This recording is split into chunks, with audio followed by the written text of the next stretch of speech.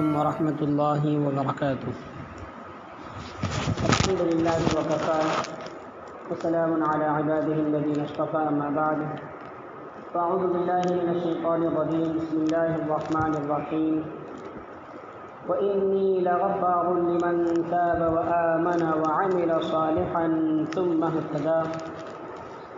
سبحان ربك رب العزة عما يصفون وسلام على المرسلين والحمد لله رب العالمين۔ اللهم صل على سيدنا محمد وعلى آل سيدنا محمد وبارك وسلم۔ گناہ کے اثرات اور بخشش کے سنہرے اصول کے متعلق کچھ ہفتوں سے ہم مسلسل بات سن رہے ہیں۔ اسی کو آگے کرتے ہوئے ایک حدیث میں آتا ہے کہ حضرت ابو ہریرہ رضی اللہ تعالی عنہ اور حضرت ابو سعید رضی اللہ تعالی عنہ نے روایت کی ہے کہ آپ صلی اللہ علیہ وسلم منبر پر تشریف لائے اور فرمایا، قسم ہے اس ذات کی جس کے قبضے میں میری جان ہے، قسم ہے اس ذات کی جس کے قبضے میں میری جان ہے، قسم ہے اس ذات کی جس کے قبضے میں میری جان ہے۔ راوی کہتے ہیں کہ ہم میں سے ہر آدمی آپ صلی اللہ علیہ وسلم کے اس بار بار قسم اٹھانے کی وجہ سے پریشانی میں بہت زیادہ رونے لگے۔ پھر فرمایا، جو بندہ بھی 5 نمازیں پڑھتا ہو اور رمضان کے روزے رکھتا ہو اور 7 کبیرہ گناہوں سے بچتا ہو اور اس کے ساتھ میں کبیرہ گناہوں سے بچتا ہو، قیامت کے دن اس کے لیے جنت کے 8 دروازے کھول دیے جائیں گے، یہاں تک کہ سب دروازے بے چین ہو جائیں گے اور وہ بندہ ان میں سے جس سے چاہے گا جنت میں داخل ہوگا۔ پھر نبی کریم صلی اللہ علیہ وسلم نے یہ آیت تلاوت فرمائی، تجتنبوا کبائر ما تنہون عنہ نکفر عنکم سیئاتکم۔ اگر تم بڑے گناہوں سے بچو گے تو ہم تمہارے چھوٹے چھوٹے گناہوں کی خود معافی فرمائیں گے۔ تو انسان نیک اعمال جب کرتا ہے تو اس کے صغیرہ گناہ خود ہی بخشے جاتے ہیں۔ اللہ رب العزت کی طرف سے اس کے اوپر یہ خصوصی رحمت ہوتی ہے، حتیٰ کہ جو بندہ اللہ کی طرف سے مغفرت پر کامل یقین رکھتا ہو، اللہ تعالیٰ اس کے گناہوں کو معاف فرما دیتے ہیں۔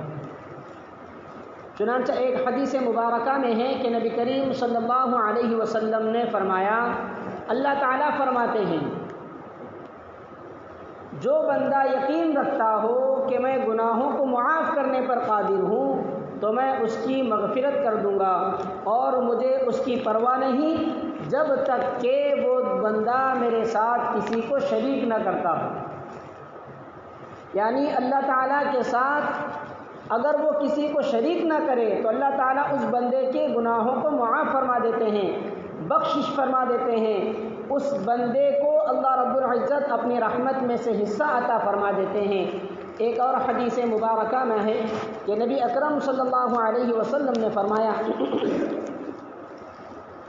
بندہ عرض کرتا ہے، اے رب مجھے معاف کر دے، اور ساتھ ساتھ وہ گناہ بھی کرتا ہے، فرشتے عرض کرتے ہیں، اے باری تعالیٰ یہ اس مغفرت کا اہل نہیں ہے۔ فرشتے کیا کہتے ہیں؟ اے اللہ یہ اس مغفرت کا اہل نہیں ہے۔ اللہ تعالیٰ ارشاد فرماتے ہیں، لیکن میں تو اس بات کا اہل ہوں کہ اس کی مغفرت کر دوں، میں تو اس بات کا اہل ہوں کہ اس کی کیا کروں؟ مغفرت کر دوں۔ تو کتنا کریم پروردگار ہے کہ بندہ اگر مغفرت حاصل کرنے کا اہل نہ بھی ہو تو پھر بھی اللہ تعالیٰ فرماتے ہیں کہ میں بخشش دینے کا اہل تو ہوں، میں اس بندے کو معاف کر دیتا ہوں۔ تو ہمیں چاہیے کہ یہ لفظ کثرت سے پڑھتا رہا کرے، رب اغفر لی، رب اغفر لی، رب اغفر لی۔ مختلف اوقات میں چلتے پھرتے اٹھتے بیٹھتے صبح شام اس لفظ کو ہم اپنی زبان پر جاری رکھیں کہ رب اغفر لی، رب اغفر لی، رب اغفر لی، تاکہ اس کی وجہ سے اللہ رب العزت ہمارے گناہوں کو معاف فرما دے۔ کتنا آسان ہے گناہوں کو معاف کرنا، رب اغفر لی، کوئی بڑا لفظ نہیں ہے، رب اغفر لی بس۔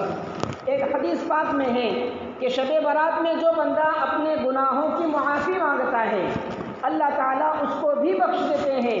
حضرت علی رضی اللہ تعالیٰ عنہ سے روایت ہے کہ نبی اکرم صلی اللہ علیہ وسلم نے ارشاد فرمایا، جب شب شعبان کی 15ویں رات آئے تو اس رات میں اللہ کی عبادت کرو اور اس دن میں روزہ رکھو، کیونکہ اس رات غروب آفتاب ہوتے ہی اللہ تعالیٰ کی خاص تجلی اور رحمت پہلے آسمان پر اتر آتی ہے، اور وہ ارشاد فرماتے ہیں، ہے کوئی بندہ جو مجھ سے بخشش اور مغفرت طلب کرے اور میں اس کی مغفرت کا فیصلہ کروں؟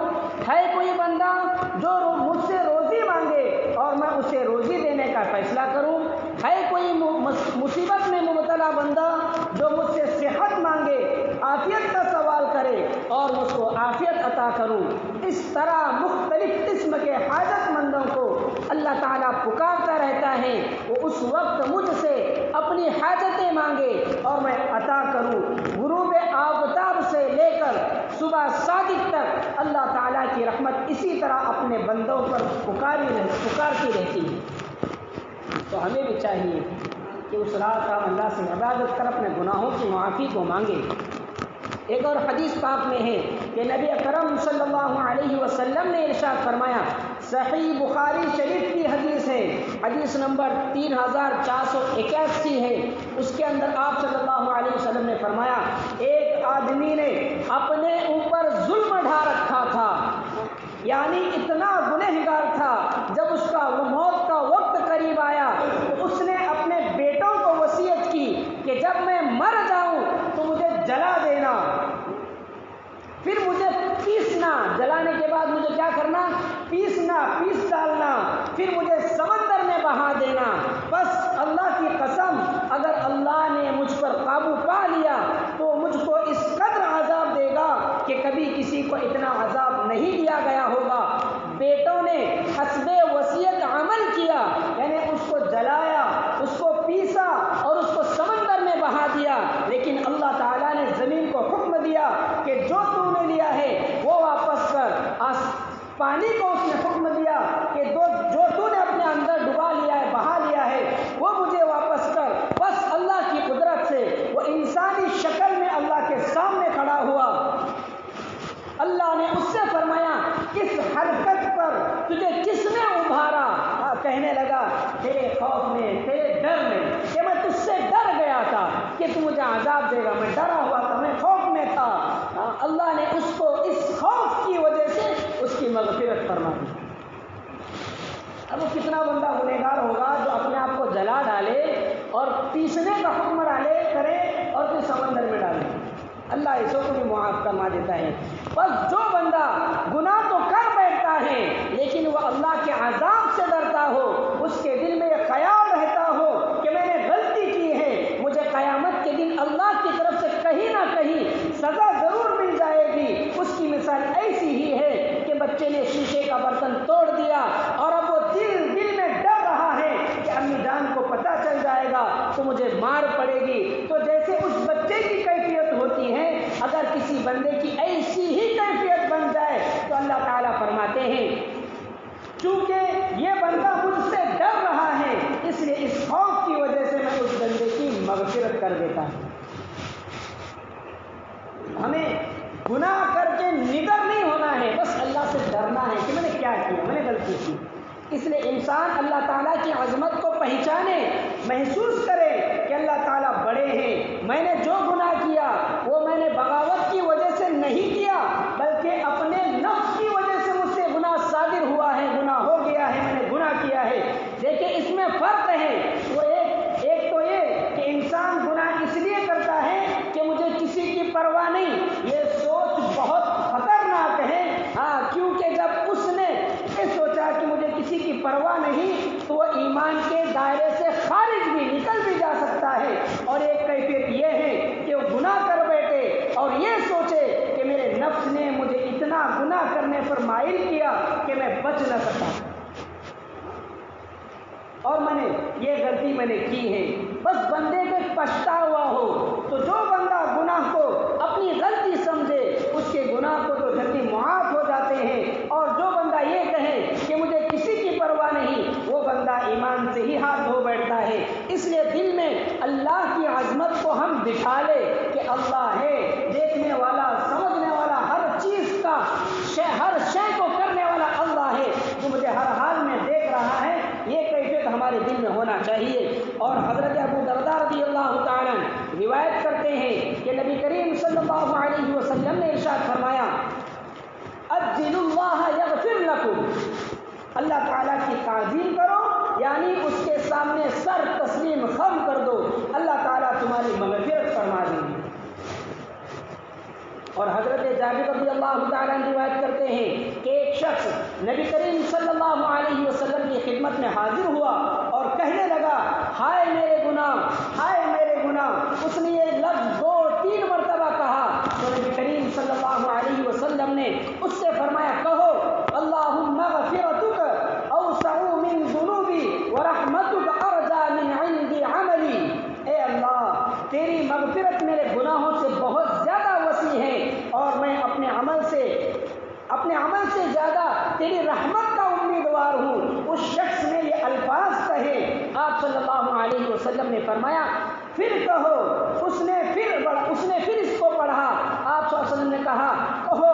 اس نے اس لفظ کو تیسری مرتبہ بھی الفاظ دہرائے۔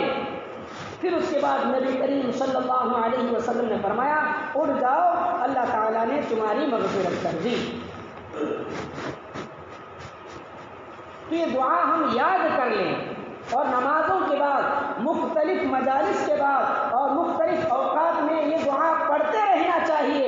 اللہم مغفرتک اوسع من ذنوبی ورحمتک ارجى عندی من عملی، چھوٹی سی دعا ہے، اسے اپنے روزمرہ کی دعاؤں کا ایک حصہ بنا لینا چاہیے کہ انسان کے گناہ جتنے بھی زیادہ ہوں مگر وہ یقین کے ساتھ معافی مانگے تو اللہ تعالیٰ معاف فرما دیتا ہے۔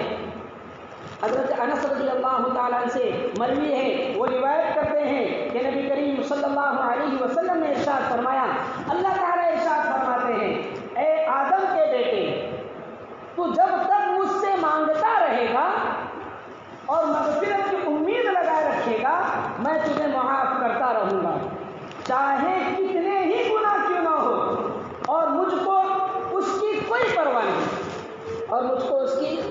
نہیں۔ اے آدم کے بیٹے، اگر تیرے گناہ آسمان کی بلندیوں تک بھی پہنچ جائے پھر تو مجھ سے بخشش چاہے میں تجھے بخش دوں گا، اور مجھ کو اس کی پرواہ نہیں ہوگی۔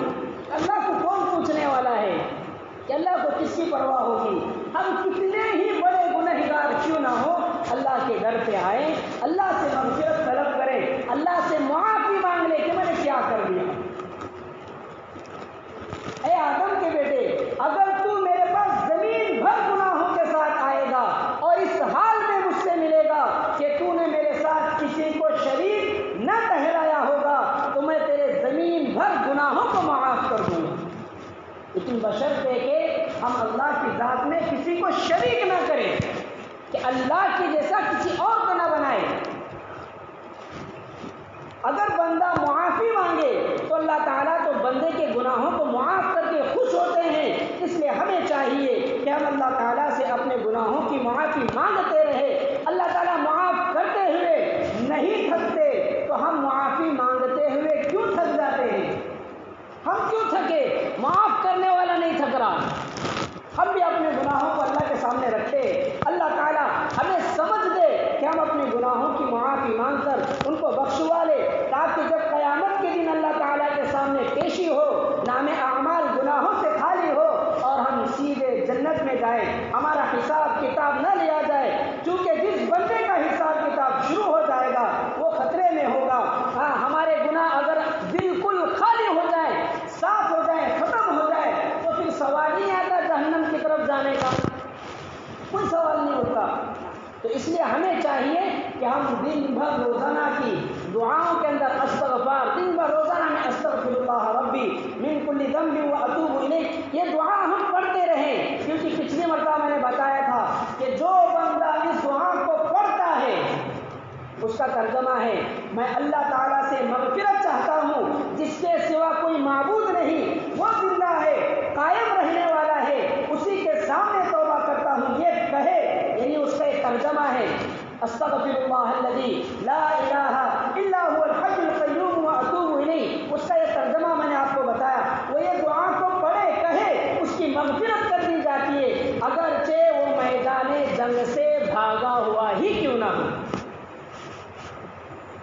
یہ حدیث ہے باقاعدہ ابو داؤد شریف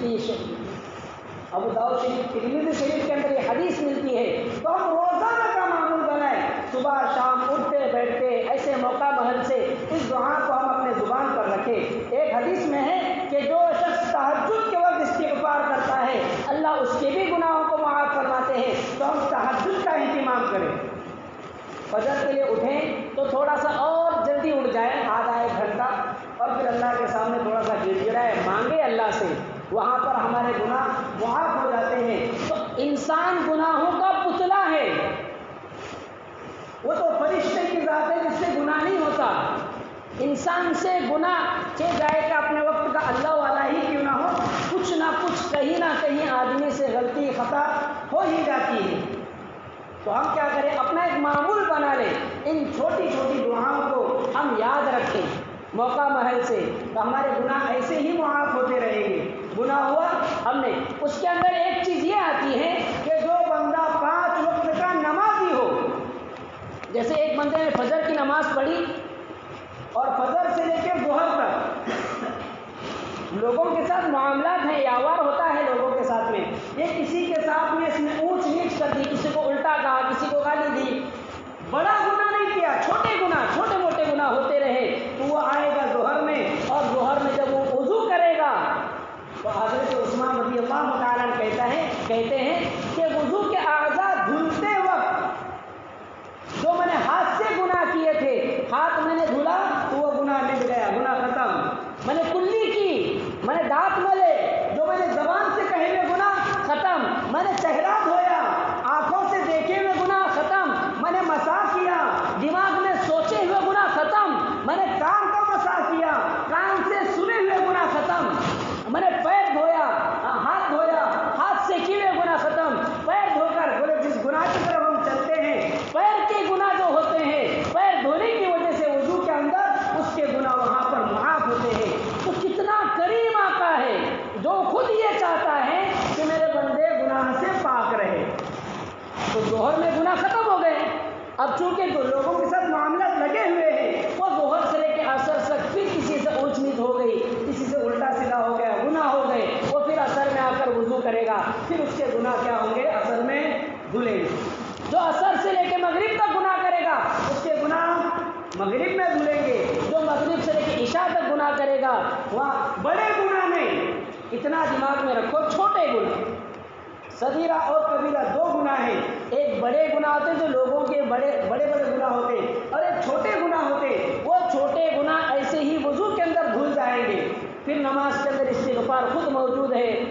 پھر وہ استغفار کے بعد بندہ اللہ کے سامنے ہاتھ پھیلائے گا, اللہ سے مانگے گا اور کہے گا کہ میں نے گناہ کیا, مجھے معاف فرما دو. باقی سب گناہ بھی تو دینے والا اتنے بہانے دے رہا ہے مغفرت کے, گناہوں کو معاف کروانے کے, تو ہم کیوں پیچھے رہے. تو 5 وقت کی نماز کی پابندی کرے اور اسی کے ساتھ میں اپنے ہونے ہوئے گناہوں کو اللہ سے فوراً معافی. انسان کے بارے میں کہتے ہیں کہ مومن وہ جس کے سر پہ چھوٹا بھی گناہ رہے تو اس کو چین نہیں آتا جب تک کہ وہ گناہوں کو معاف نہ کر لے. اور مشرک وہ کائن آسودے, چھوٹا کائن آسودے ہوتے بولے نہیں. تو ہمیں چھوٹے چھوٹے گناہوں سے فوراً اللہ سے معافی مانگنی چاہیے. کہتے ہیں نا کہ اگر گناہوں کا کوئی ایک ذرہ ہوتا یا پھر ایک کوئی ریت کا دانہ ہوتا, کنکری ہوتی, تو ہمیں پتہ چلتا کہ ہم نے دن میں کتنے گناہ کیے. کیونکہ کنکریاں جمع ہوتی نا, پھر پتہ چلتا ہمیں. تو اس لیے ہمیں چاہیے کہ جو کہے گئے باتیں ہیں ان کو ہم اپنے دماغوں میں بٹھائے, استغفروں کا اس کو یاد کر لیں. سید الاستغفار پچھلی مرتبہ بتایا گیا تھا, وہ سید الاستغفار ہم یاد کر لیں. اٹھتے بیٹھتے صبح شام جیسا موقع محل ملے, اکیلے بیٹھے گانے کے بجائے, گنگنانے کے بجائے ہم یہ سید الاستغفار استغفر اللہ ربی من کل ذنب واتوب الیہ پڑھتے رہے. اللہ تعالی ہمیں کنے زدہ عمل کی توفیق دے. واخر دعوانا الحمد للہ رب العالمین. جو سنت میں پڑھے سنت پڑھے.